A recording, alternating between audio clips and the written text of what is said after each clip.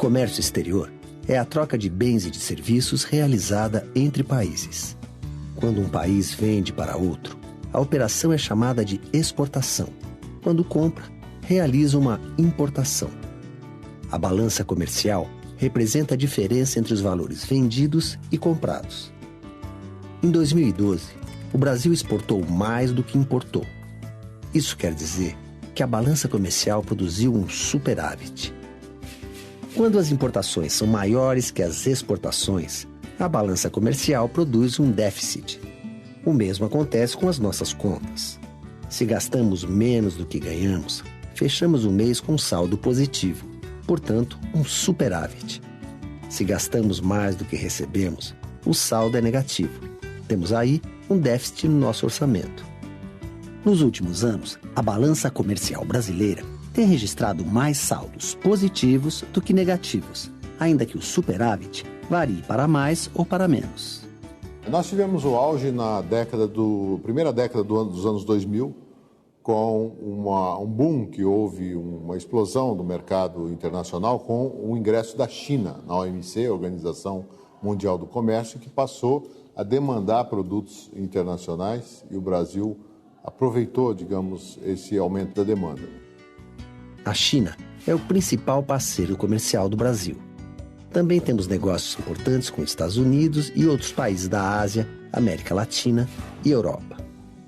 O que eles mais compram no Brasil são commodities, produtos agrícolas e minerais em estado bruto ou com pequeno grau de industrialização. Os preços de commodities são definidos pelo mercado internacional. Isso quer dizer, por exemplo, que uma tonelada de soja brasileira custa o mesmo que uma tonelada de soja americana no mercado internacional.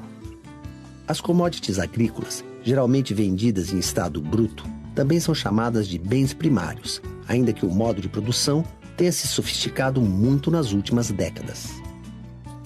Hoje, produção no campo envolve análise de solo, tecnologias de irrigação cada vez mais sofisticadas, né? Envolve, por exemplo, a pecuária, um conjunto de pesquisas genéticas, envolve pesquisa meteorológica, né? Então, o que se via tradicionalmente como bem primário, na realidade está se tornando um bem extremamente sofisticado. Os principais produtos brasileiros exportados são minérios, como ferro e aço, combustíveis e soja. Mas também vendemos carne, açúcar, café, produtos químicos e metalúrgicos. Entre as importações, os destaques são para os combustíveis e lubrificantes, equipamentos mecânicos, elétricos e eletrônicos, automóveis e peças automotivas. Quanto mais pesquisa, tecnologia e trabalho qualificado empreendido na produção, mais o produto exportado é valorizado. É o que, em economia, chamamos de valor agregado. Quer um exemplo? No mercado mundial, vale mais vender o vinho fino, que envolve mais tecnologia e trabalho qualificado, do que o suco de uma uva ou o vinho de mesa, que tem um processo de produção mais simples e menos valor agregado. A margem de lucratividade é maior, sem dúvida, né?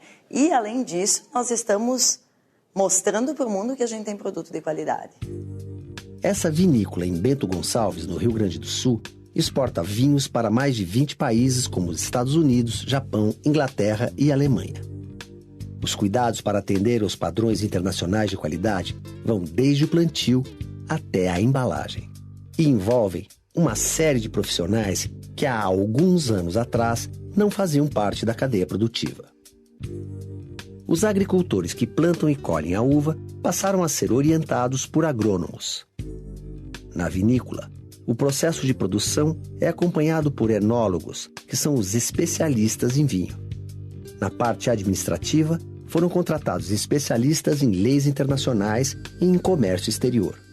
E até quem está na linha de produção sente que as coisas mudaram dentro da empresa. O mercado cada vez vai exigir mais da empresa e o profissional da área vai ter que estar qualificado para atender as necessidades do mercado. A exportação da vinícola triplicou nos últimos 5 anos.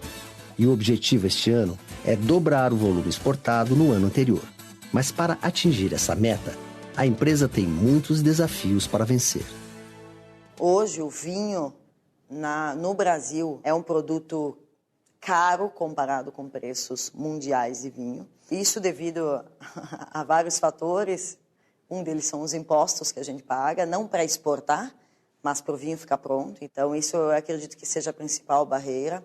Junto com o valor de transporte, levar um container até o porto, a gente está pagando muito caro, são 600 quilômetros de transporte terrestre. Nós não temos ferrovias, como a Argentina tem, por exemplo, e vários outros países.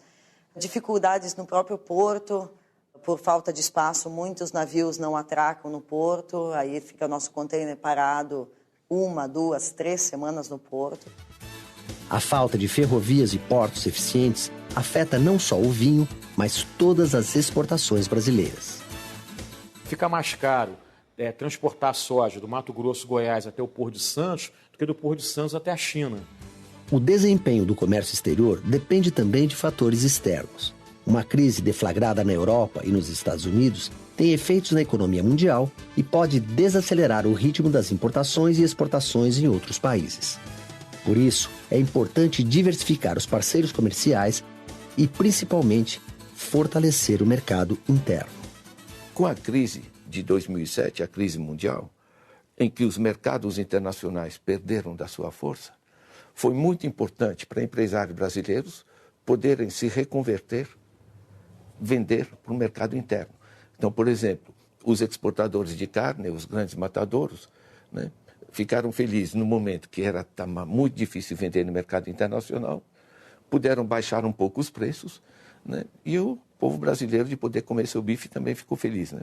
Então, quanto maior seu mercado interno, mais você pode ter escala de produção interna mais dinâmica e mais você se reforça no plano de exportações.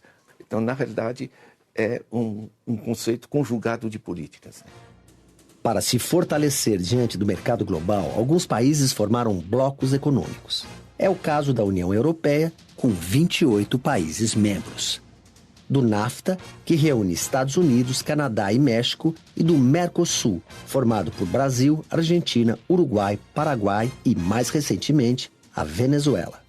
Pode ser importante do ponto de vista interno ao bloco para melhor relacionar-se comercialmente, como aconteceu no Mercosul nestes 20 anos, que aumentou a relação comercial de trocas entre estes países, e isso é positivo.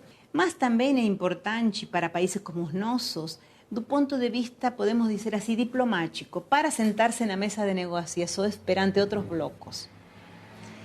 Na OMC, por exemplo, que é uma organização, a Organização Mundial do Comércio, é diferente se vão falar os países de forma isolada, independente, ou se fala um bloco. Em 2011, o Brasil ficou em 22º lugar entre os países que mais exportam. Uma participação pequena para o país que ocupava o posto de 6ª economia mundial. O Brasil é movido pela economia interna, mas a exportação é muito importante, não apenas pela geração de emprego, geração de renda, mas também porque isso permite gerar dólares, né, divisas para o país, porque nós precisamos pagar as nossas importações, precisamos remunerar os investidores que fazem seus investimentos aqui. Então, a exportação é um papel estratégico importante.